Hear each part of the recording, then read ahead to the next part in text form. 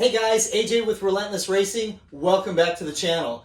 Today is the first episode of my B20 build, and I'm going to go over all the details of what I do to put together my B20. So today we're going to start out with talking about hoses, hose clamps, and the tools that can help you remove the hoses easily. These are some of the common hose clamps that you'll find in autos today.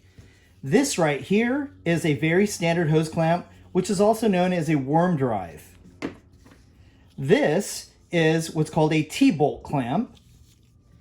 And you'll see this on a lot of OEs, and obviously these will come in all different sizes. This is a constant tension spring clamp. Both the standard hose clamp and the T-bolt clamp have a hex head on them, so that way you can open and close them. In addition, they also have an accommodation for a flathead screwdriver. The tools I use to remove these guys are right here.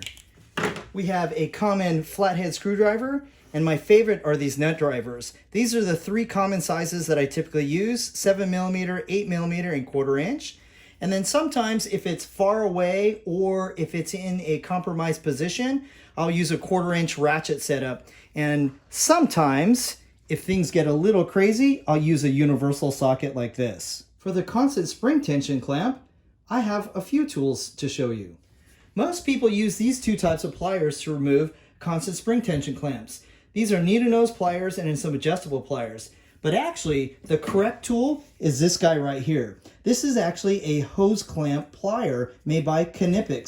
You can see the part number right there. Removing a constant spring tension clamp is pretty simple. Using needle nose pliers, you just grab this guy like this, squeeze, and it comes right off. You could also change your angle and do it just like this. Now this is one of the smaller ones, and so it's usually not a problem. Sometimes I also use this guy. You just kind of grab on like that, same type thing. And you could grab it at an angle. Now again, this is much easier because this is one of the small ones. But when you get one of the big dogs, it's much nicer to have this type of tool. And you can see how this thing attaches to it. It kind of grabs onto it like that. And what's great about this one is this one can rotate. That's what's nice about this thing. And then you just pull it off and pull it on, and you can push it back on, and you could rotate it like that. And that's what's so great about this particular plier. Again, this is a smaller one, but when you start dealing with some of the bigger ones like that they use on the radiator hose, then it's really advantageous to use this type of tool. The Civic 8551 250A. Removing a standard worm drive clamp is pretty easy. Just use your nut drive, stick it on there, open it up, so that way it'll slide off of the area that is being attached. This is a silicone hose, but the rubber hoses that are found in OE vehicles sometimes are difficult and they kind of get stuck to whatever it is they're attached to.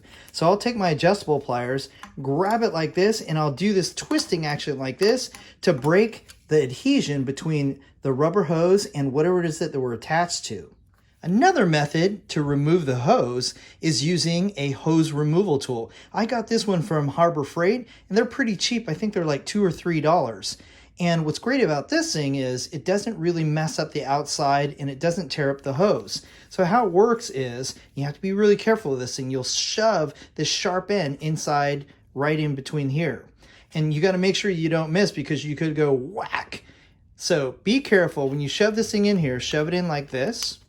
And essentially what you're doing is you're going to rock it around kind of like that to try and loosen up that adhesion. And then you're going to, this will be attached, and then you're going to spin like this to try and get it off. And that's how it works. For some, the information in this video may seem trivial. However, for others, it may actually encourage them to actually build something rather than buy it.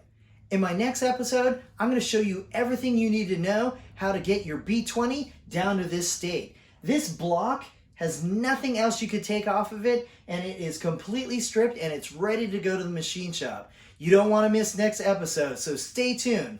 This is AJ with Relentless Racing. Thanks again for watching this video. Please like, share, follow, and subscribe, and stay relentless, and I'll see you guys on the track.